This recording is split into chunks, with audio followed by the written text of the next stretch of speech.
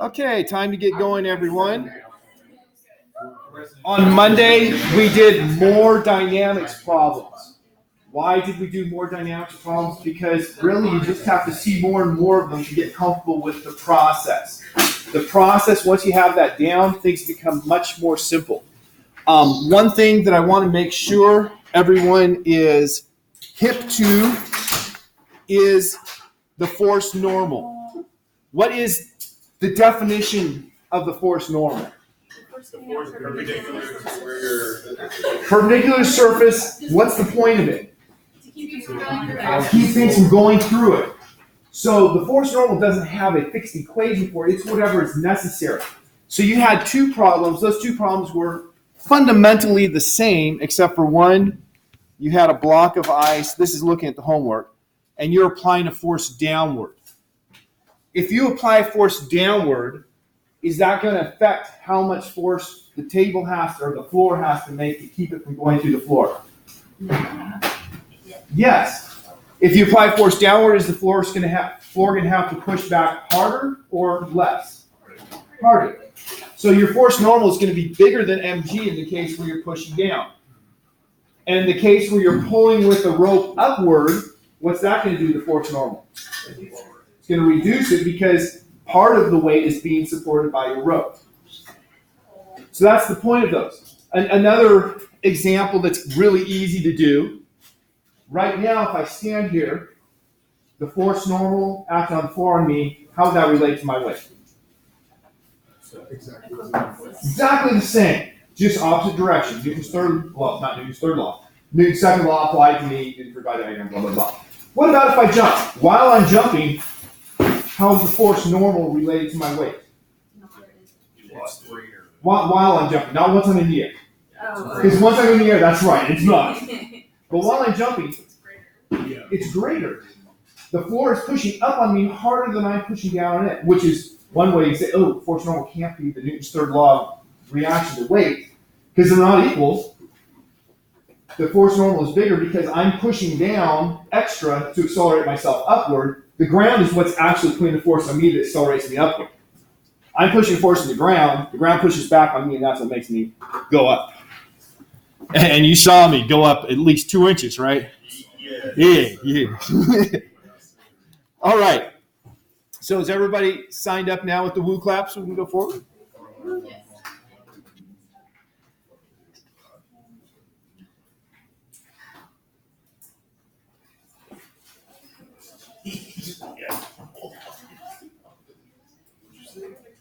So, assuming we're all here, what word means toward the center?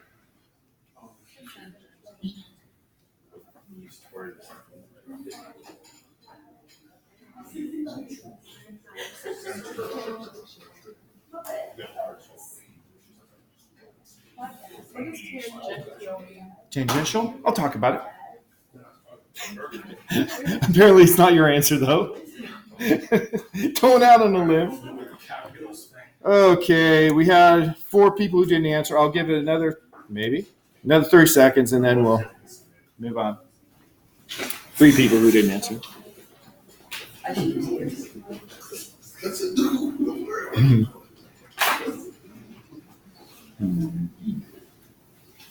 There we go. 11/13. It's a good date.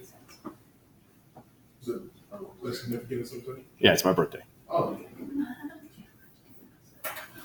Heck yeah, it's significant. Won't forget it. All right. So we had 91%, 10 out of the 11 who answered said centripetal. 1 person said centrifugal or centrifugal. What does centrifugal mean? Away from the center. Now, there's a lot of confusion that exists because people use the words kind of wrong. It's kind of right too, though. Because if you're in a car and the car swerves left, what happens to you? Is that the way Max drives? What happens to you? You're sitting there on the bench seat. Back in the day, we just had the station wagon with the bench seat. They had a plastic coating so when the kids spill, it can easily be cleaned up. So when the car jerks left, what happens to the kid on that bench seat? It goes to the right. And so we say, aha, there was a force that pushed him out away from the direction the car turned. Right? That kind of makes sense, right? Sarah's looking at me crazy because, of course, what I said was wrong. But it seems that way. What really happened? The car turned left and I wanted to go straight. I being the kid here. Yeah. I wanted to go straight, and then there wasn't enough friction with me in the seat to apply the force to make me turn with the car, so I did go straight for a little bit as I slid across the seat until I hit the door. And then the door applied the force normal on me to make me change directions. So my inertia made me want to go straight, but the force eventually at the door was toward the direction the car was turning and made me change my direction. Is that how seatbelts work? Because they hold you in and keep your motion with the car? Well, seatbelts are to keep you from having velocity different from the car so you don't go flying into something in the car. And we'll talk about seatbelts carefully when we get to that because it's an important safety consideration and it's all about physics. Okay, let's look at these other words just to make sure we're clear. Perpendicular. What does perpendicular? Okay, this is really simple. It's not like a tricky question or anything special with this. What does perpendicular mean? 9 degrees. Okay, easy. Perpendicular. I'm really not sure. My sister used to use that word all the time when she was in high school. And to her, it meant it was like really cool. And so,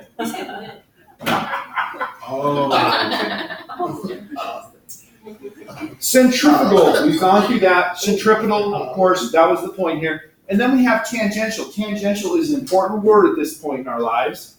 Tangential, when I go off on a tangential story, what does that make you think of? Physics. Completely off topic is what you think, but that's not what it actually means. Tangential actually means the opposite of that. Tangential means in the direction. But if you have a path that's curving and you stay on the tangential, you're going to diverge. And so the reason tangential stories diverge is, I suppose, because they're thinking about, it was tangent to where you left the topic, but the topic didn't stay with the topic. So tangential means the direction of the, we apply it to lines and curves, so of the curve at that location. So, whoops, I actually didn't need to do that. I just need to go here, go here. So, just to be clear, if I have a curve like this, then in color, then at this point right here, the tangential direction is like this. And this would be perpendicular. And based on the direction of the curvature, this direction that I drew as perpendicular would be the centrifugal direction. Because it's going toward the center of the curvature. So it depends on where you are in the curve, what direction is centripetal. So here down would be centripetal, here up would be centripetal. Because it's going toward the center of the curve. All right, I'm actually going to erase that stuff just so it doesn't mar all of my future wonders. We're going to start talking a little bit about rotational motion. Now, we're going to come back to rotational motion and cover it more carefully. But if we have a rigid object that's rotating, so here's an example of a rigid object, a CD or DVD, and it's rotating at a constant rate. That means that the angle per time is constant. And so we talk about these with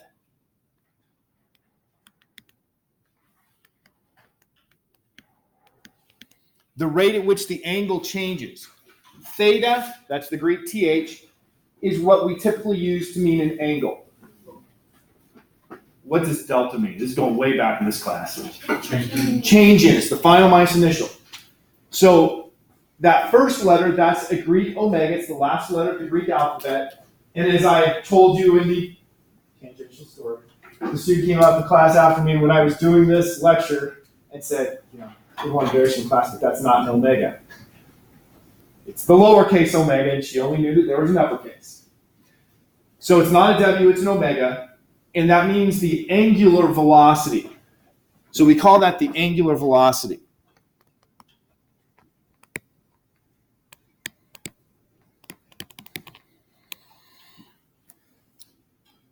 Theta, angle. What are the units for angle? Degrees or radians?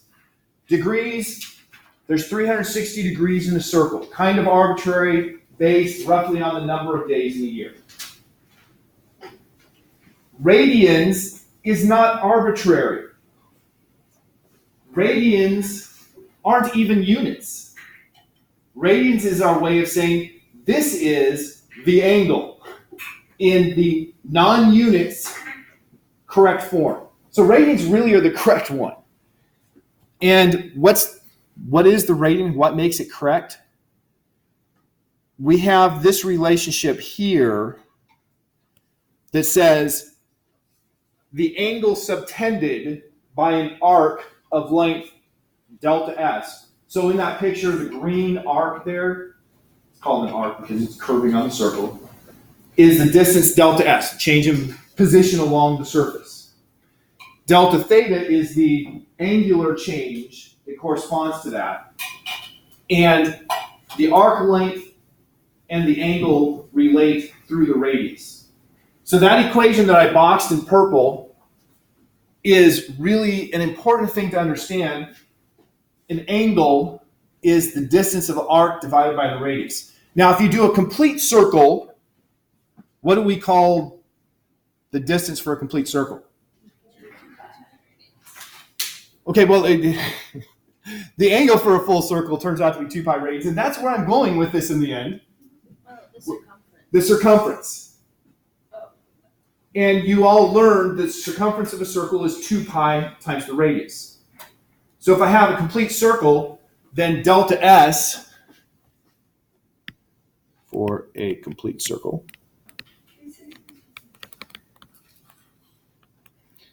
delta S equals 2 pi times the radius. And of course, if I divide that by radius, then my radius is going to cancel out. And so I have the angle that's subtended for a full circle turns out to be 2 pi.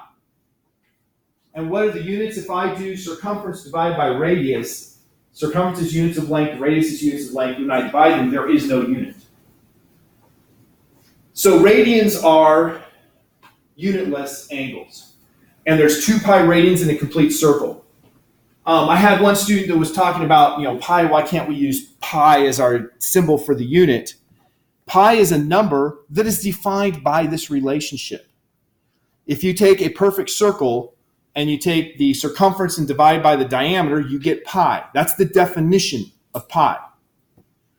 Why is that definition of pi? Because we want something simple to make life easy. Except for in Indiana, where they tried to pass a law over 100 years ago to make pi equal to 4. But that's Indiana. They are a special case. You have a question, Andy? No, just a random comment. Okay. If that's okay. People were trying to figure out why the pyramids were all the sides of them were all proportional. Why pi is encoded in the pyramids. Yes, and it's because they used to measure things with circles. Right. I've read that as well. They measure distance by rolling a circle or by the diameter. And of course, you're using those two things to measure. You have pi coming out of it. Oh yeah. And if you read other really Looney Tunes things, you'll read about the pyramidal inch, and I think the inch used for pyramids. Oh. There's a lot of funny stuff that I've read about that topic. Okay, so when you're doing things in your calculator, make sure you know what unit you're in if we're dealing with stuff with angles, right? Because if you're in the wrong units, obviously you're going to get the wrong answer. And if it says degrees, that means that it's 360 in a circle. If it says radians, that means you have no units. Radians can appear and disappear at random because they're not units. They're just telling us this is an angle in the proper units for an angle. Okay. I already did everything that's on this slide except for one thing. Let's say, okay, so we said the angle subtended by an arc is the arc length divided by radius. What if we have two different radii?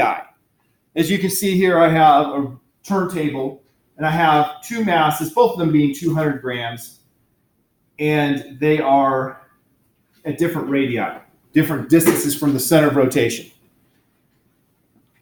If that's the case, are they going to travel the same speed as this rotates at a constant angular velocity? I have one answer. Two answers. Yeah. That's at least, over 10% of the class. Okay, so let's go with David. David says no, they're not going to travel the same speed. Why not? Because they're traveling different distances. They're traveling different distances for one circle, but it's the same time for one circle. Yeah. And so we can take this relationship here. The change in angle is equal to the change in distance it's traveling on that circle divided by radius. If I just divide top and bottom by change in time,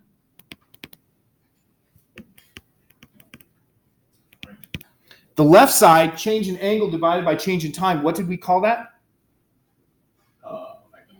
We call it the angular velocity omega. Got both answers, which is perfect. So our angular velocity is equal to, what is delta S over delta T? Distance over time. Speed. I'm going to use the word speed here because of non-vector.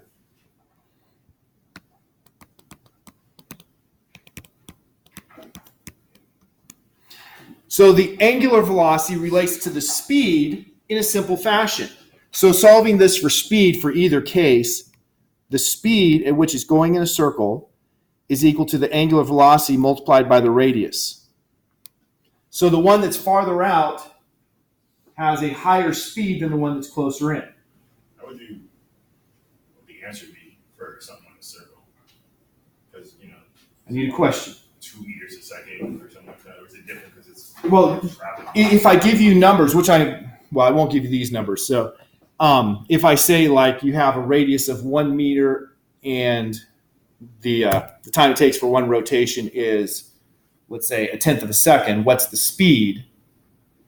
Then you'd say, well, the speed is going to be the circumference, 2 pi r divided by the period, that's omega, and then multiply that by the radius, and that'll give me the speed. So I mean, you just put the numbers in. Yeah. And you have to get the numbers. Did you have a question, Max? No. Yeah, I thought so. Okay. Now I have this set up because it's just kind of a cool demonstration. I have these at different radii. This one here is about twice the radius of this one.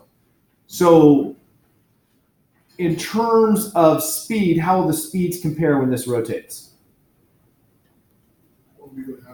Outside will be Okay, one's going to be half the speed of the other. The one that's closer is going to be half the speed of the one that's farther out. Now, if I spin this faster, both of them are changing direction. What do we call it when we have a change in direction divided by change in time? Acceleration. So they're both accelerating. What keeps them from sliding off? Friction.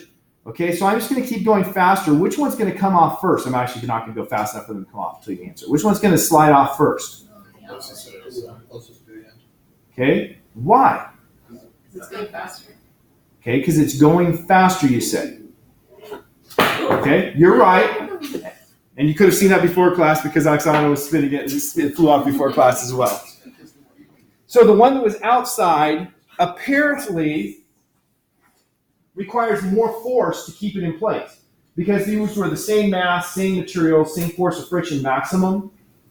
And so the one that flew off first was requiring more force. It broke free first. So that's our purpose in today, is to understand that. So here's an example kind of similar, but not with numbers again, to what Randy was asking about. We have a car here, kind of looks like a VW Bug, except for that doesn't work for VW Bug, so we can just say it's an old vehicle. Or a PT Cruiser, I suppose, because they look old. You have this car traveling down the road with a speed of V, and the tire is rotating, and I might ask you, what's the angular velocity of that tire? And of course, you're very tempted to simply say, well, I gave you the relationship V is equal to omega R. We showed you why. There's no, it's not some faith statement. It was very straightforward math. And you would get the correct answer. So I'm coming around to showing why that's correct. But I want to make sure that it's clear, because if you start thinking about it, you can start questioning and say, wait a minute. Because if the car is traveling, we say that the tire is spinning around this axle, right? And from the reference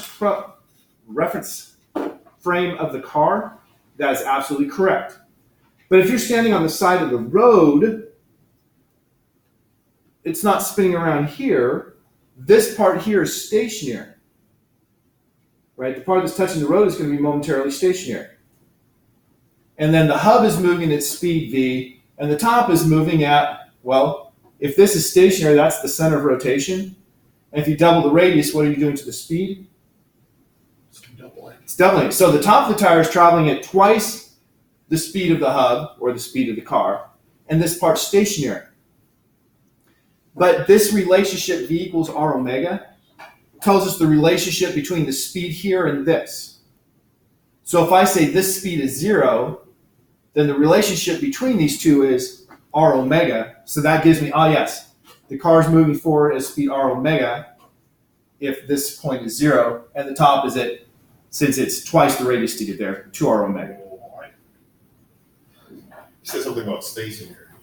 I'm like, boy. At any moment in time, the tire is not slipping on the ground.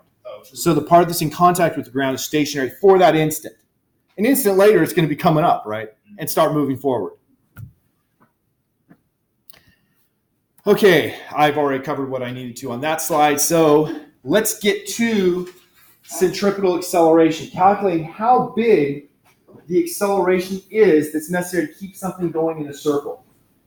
Now, in the calculus-based class yesterday, what did we do? We started with an equation for the position as a function of time, and then what we did? Took the derivative, and we got the velocity as a function of time, and then we took the derivative again, and we got the acceleration as a function of time.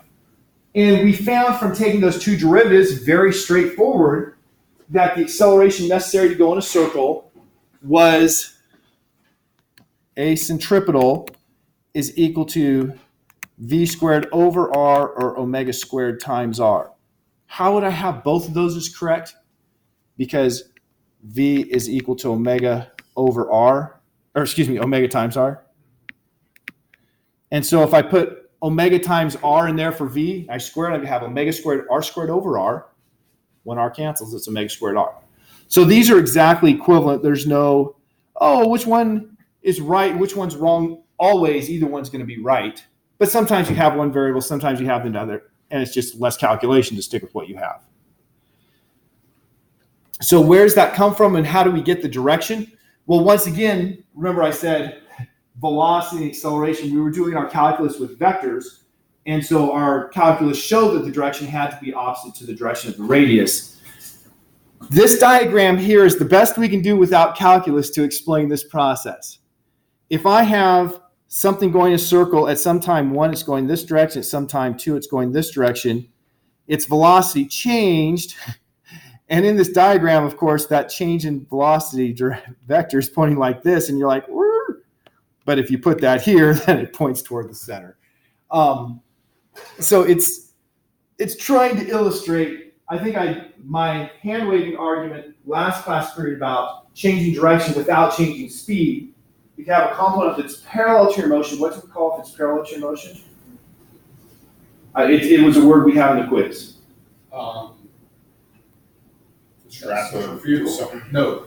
Tangential. If you have a tangential acceleration, it's going to cause you to speed up or slow down. If you have a perpendicular, it's going to make you change directions. In the direction toward the acceleration, which we then would say is the direction toward the center of the circle. And so we say tangential or centripetal components of acceleration. Centripetal is toward the center of the turn. Tangential is speeding up or slowing down. Back to woo clap. Clap. Good job. I heard the woo, but it didn't register until after the clap.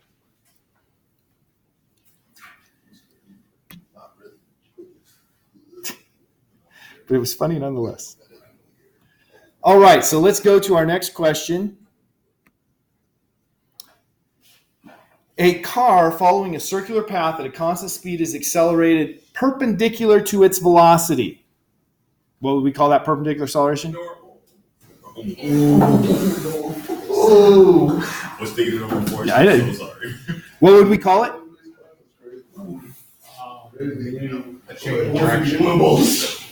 Which is a centripetal acceleration. And so if you have the radius is 500 meters and the speed is 25 meters per second, what is the centripetal acceleration you need? And of course, I gave you the equation here. This is just, put it in the calculator basically, just to make sure we understand some things and talk about the equation.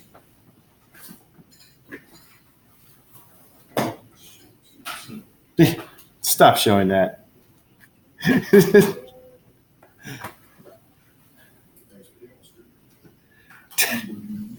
How do you know they're right?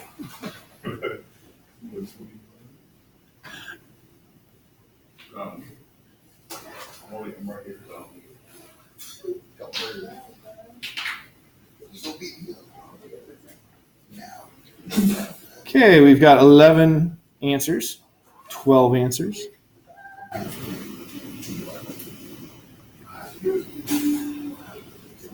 Hey, we all answered. It's a first, actually. No, we didn't all answer. There's 14 people in the class. One person just isn't participating. Thanks. Okay, so let's see what you answered. Okay, so one person said 0.5 and everyone else said 1.25. We calculate this. You have v squared over r. Notice I didn't give you omega, so you could have calculated omega. Omega is equal to v divided by r. So omega is going to be 25 meters per second divided by 500 meters, which would be, what, 0.5 radians per second? Something like that. 0.05? All right. I should be able to do orders of magnitude without question, but you know how it is. So you could have changed it to, omega is 0.05 and then 0.05 squared times the radius. But why? That's just extra work. Instead, just do the 25 squared divided by 500. 25 is 5 times 5. So the way I did this, I didn't get it out of the calculator. I said, well, 5 times 5 divided by 500 gives me 5 over 100. And then multiply that by my next 25. 5 times 25 is 125. That's how I did my calculation. So we have that answer. What would happen if the car was going the same speed, but the curve got tighter? So the radius got smaller. The acceleration would be greater. And so you have friction holding your tires on the road. If you need a stronger centripetal force, that is a stronger acceleration, hence a stronger force giving you that centripetal force is coming from the friction of your tires, you need more grip. And so if you try to turn too short a radius, you'll slide out because your car's tires can't provide enough friction to provide that centripetal force. That's why they have to be wider. Actually, no. In theory, that is the general physics level of physics, wider doesn't matter to the friction. In practice, there are some aspects that it might make a difference, but fundamentally it doesn't. So you have a motorcycle racing. I mean, you guys have about this much rubber touching the road. But their force normal is making it so the pressure, the force per unit area, is much bigger because of that smaller area. And so it balances. So in theory, the width of the tire doesn't matter at this level. At this level? Yeah. I mean, if you get to higher levels, you could have other things that make it so it varies. And honestly, I've never studied it to the point of seeing where there's a difference, but I'm pretty sure that there is. Okay, second thing, what happens if you go faster in the turn? What does that do to your centripetal acceleration? It gets bigger. And in fact, if you double your speed, what does that make the centripetal acceleration? Quadruple. So if you double the speed, you did this just fine at 25 miles an hour, you're like, well, I'm going to try 50 miles an hour. Well, that's going to take 4 times the grip to make this turn. So there's very practical applications in that. Now, relevant to this, when I am swinging this around in a circle, what is making it go in a circle? Why isn't it just going in a straight line? Tension. The tension of the string is making it go in a circle. What would it do if I didn't have tension? How would it travel? A straight line. In the tangential direction. So if it's in the tangential direction, if I want to try to hit Oksana with this, when should I let go?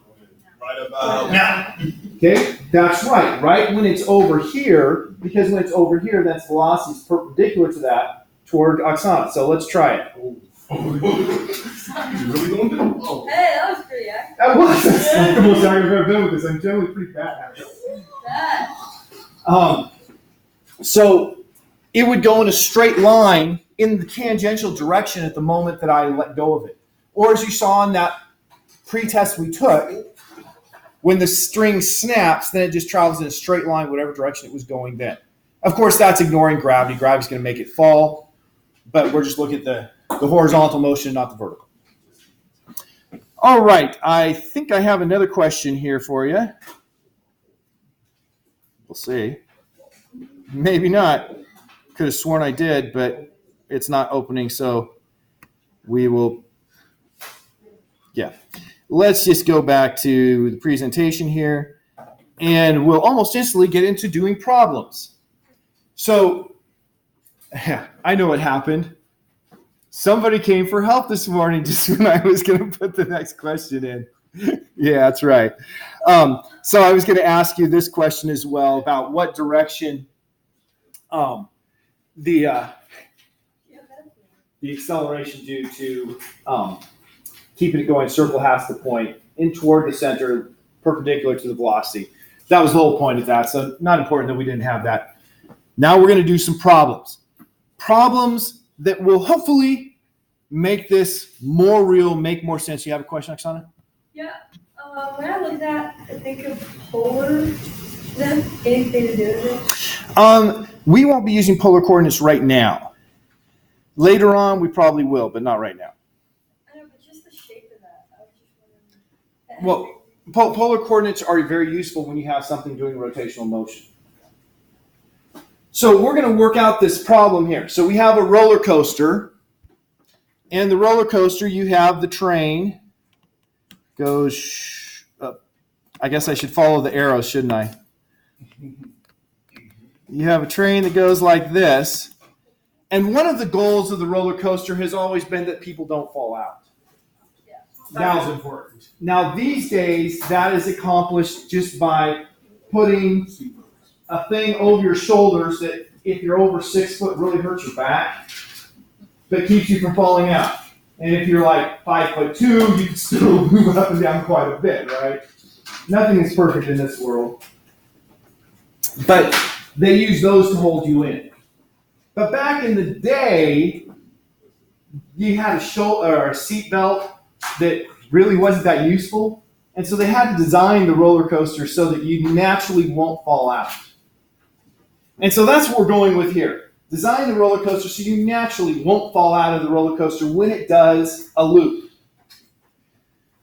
So the question here is, what is the speed of the roller coaster in meters per second at the top of the loop if the radius of curvature there is 14 meters and the downward acceleration of the car is 1.6 Gs? Now, if the downward acceleration was 1 G, that means that an object in free fall would be falling at 1 G, 9.8 meters per second squared. So if it says that the downward acceleration is 1.6 G, that means the acceleration at that point is 0.6 times bigger than the acceleration of gravity. So a person in the cart is being pushed down with 60% of their weight to add to their own weight for the total force acting on them. Now, the question is, how fast do they have to go? And it has, surprisingly, all of the information you need. If you're going to solve a problem like this, the first step is to think about what's the idea involved, because how you're going to attack it depends on what the idea involved is. So what's the idea involved here? What did you say? What's the idea involved? The idea you're going to have to use to find what speed the roller coaster has at the top. Okay, we are going to have the idea of centripetal acceleration.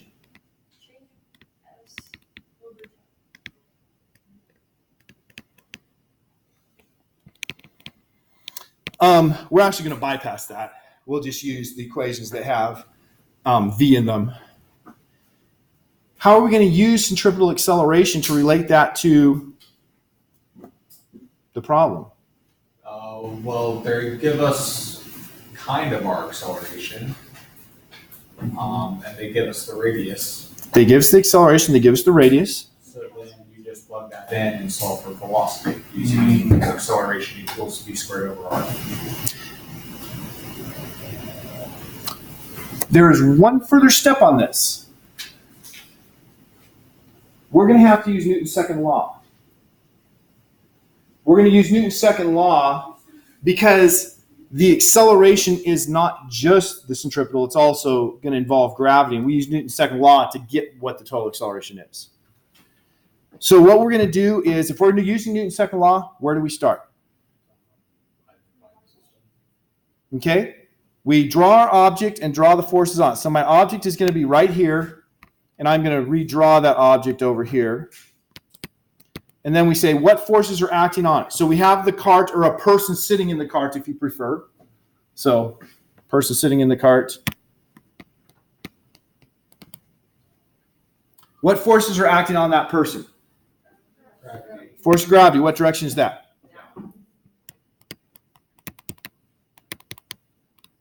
What did we not give you in this problem? Mass. We didn't tell you any masses of anything. And there's people of different masses that ride in the roller coaster. You kind of want to make it safe for all masses. Okay, so we have that force. We have friction. Okay, we do have centripetal acceleration, but that's not a force. What did you say? Friction. Okay, force of friction. We will assume no friction here. There is some friction, but the friction is perpendicular to the direction that I'm concerned about. So in the end, it wouldn't even matter if there was friction in the problem. But there could be. Would there be normal force? Because we're not technically on surface. You're sitting on that seat. You're upside down, but you're sitting on that seat. So there is a normal force. In what direction is that normal force? It's down. That seat is not glued to you pulling you up, right? It can only push you away. You can't have a negative normal force. It has to be going out of the surface. So since that seat is in this position above your rump, it's got to be pushing you down. That's all of our forces. Now, what do we have to do after we've done that? Coordinate plane. Coordinate directions. Is that what you said? I said coordinate plane, but Okay, yeah. We need to determine our coordinate directions. What was our rules for deciding what to use for our coordinate directions? I think there's another one. The first rule is, if there's an acceleration, choose your coordinates so one direction is parallel to the acceleration. Is there an acceleration in this problem? Yes. We know that we have acceleration is 1.6 g's down. That was part of the given in the problem. So that means I'm going to choose my coordinate system. So I have down and tangential. So I'll call this direction T for tangential, and this direction C for toward the center. Which direction do I care about? direction towards The direction toward the center. So now I break my forces into components toward the center is the only one I care about. And look, both of my forces were toward the center, so my work is done. Why did we draw a free-body diagram? So we could apply Newton's second law. Right? That's the reason we did it. You can't forget there's a reason for these steps besides, busy work. Because frankly, there's virtually no busy work in this class. Everything has a very specific point. So some of the forces, my direction was toward the center, is equal to mass times acceleration toward the center. This equation I have just written is the definition of centripetal force. Centripetal force is the sum of the forces toward the center, which is equal to mass times acceleration toward the center. So centripetal force did not appear on my free body diagram. Centripetal force will never appear in your free body diagram because it's a resultant when you add up all the forces toward the center. So you should never have your free body diagram showing, oh, and here's F sub c. What's providing the centripetal acceleration in this specific case? Gravity and Acceleration. Gravity and the natural force. and normal. Gravity and normal combined are giving us the centripetal force. Okay, now left side of the equation is sum of the forces. I didn't break it up into my components because it was already done for me. They're both in the same direction as center, so they're both positive. So I have force normal plus mg, force gravity, equals m, a centripetal. And finally then,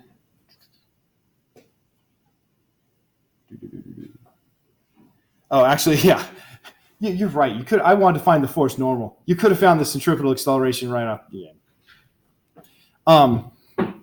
So now if I want force normal, the force normal is equal to mass times AC minus G. I'm supposed to find that if we don't know mass. You can't. You can't. I didn't think this all the way through. I was going the wrong direction with my problem. Remember that whole reading the problem carefully? If we come back to reading the problem carefully, what is the speed of the roller coaster in meters per second at the top?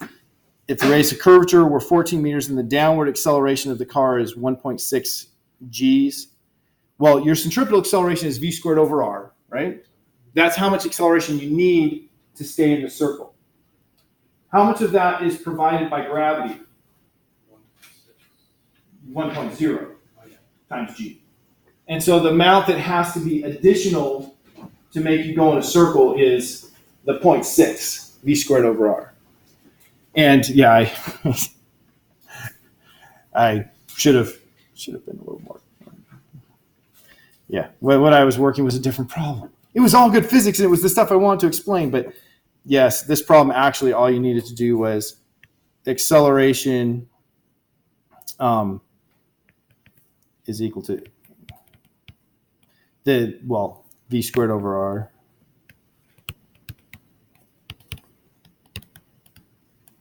And then you have, and this is what somebody said right at the get-go.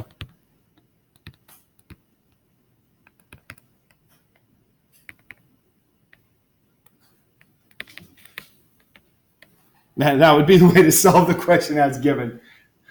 Why did you add G? Why don't you just be squared over R? Okay, so the reason is you're already going to have a downward acceleration of G just due to the force of gravity. And then you need the force normal to give you the additional 0.6 Gs. And so you need the additional acceleration of 0.6 Gs coming from the force normal. And that's, yeah. Remind me what those three dots are again? Those three dots just need there for.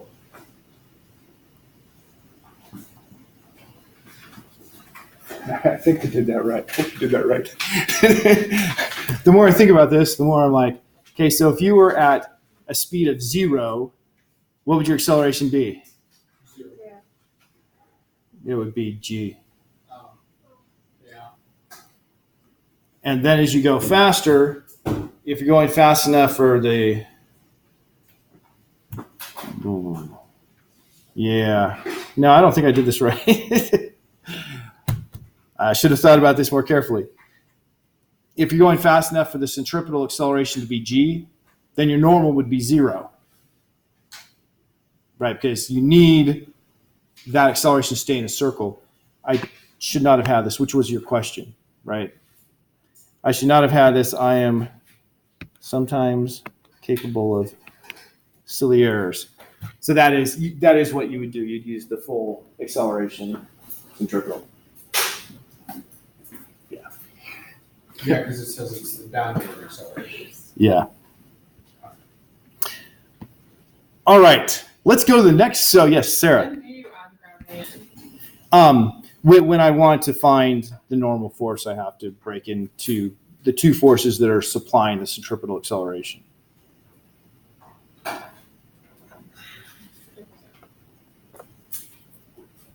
I'm confused on why, like when you would break it apart versus not breaking it apart now.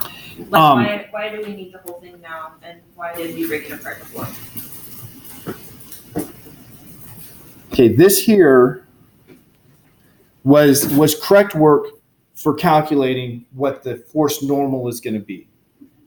But I forgot that that's not what the question was asking about. It was asking about what is the speed necessary to create this downward acceleration. And Okay. so that's where it came back in. So we just didn't need to look for force normal because it's not asking about it. Right. Have the acceleration given. Okay, I'm on board now. I'm going to sit down after class and make sure I still did this right, because suddenly I don't know about you guys, I get flustered and then I can't think straight, and I'm like, I should have been 2.6 today. So I'll get back to you on that, because now I'm feeling dumb. We already feel dumb doing physics problems. This problem here, we don't have time to solve it. I'm going to go to my review slide, and then I'll come up here and just talk about how to do this very briefly without a solution. So my review slide, the force perpendicular to velocity is required to change directions. We call the force that's making us change directions, if we add them all together, it's centripetal force. And it's the sum of the forces toward the center. The acceleration necessary to make you turn at a radius r, a speed v is v squared over r, or using the angular velocity omega squared times r. And centripetal force is never shown on a free body diagram because it is the resultant when you put all the forces together in the direction toward the center. Now coming back to this, to how to set it up. You have a car on a banked curve, and it asks you what's the maximum speed it can go around this curve without sliding up the curve. Why do we bank curves?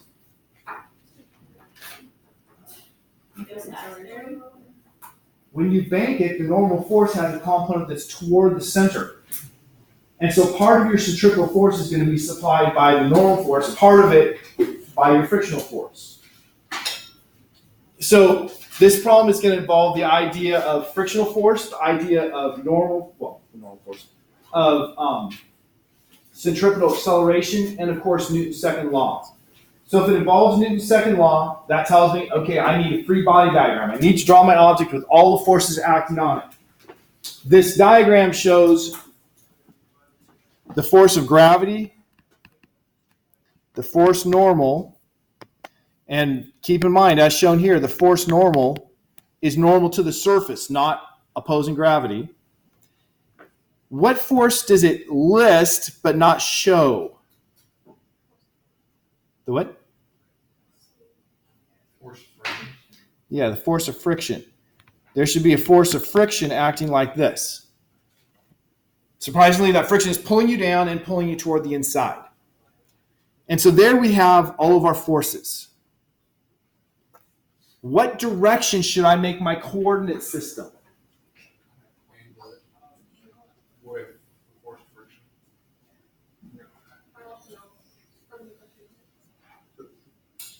We want it to be vertical and horizontal.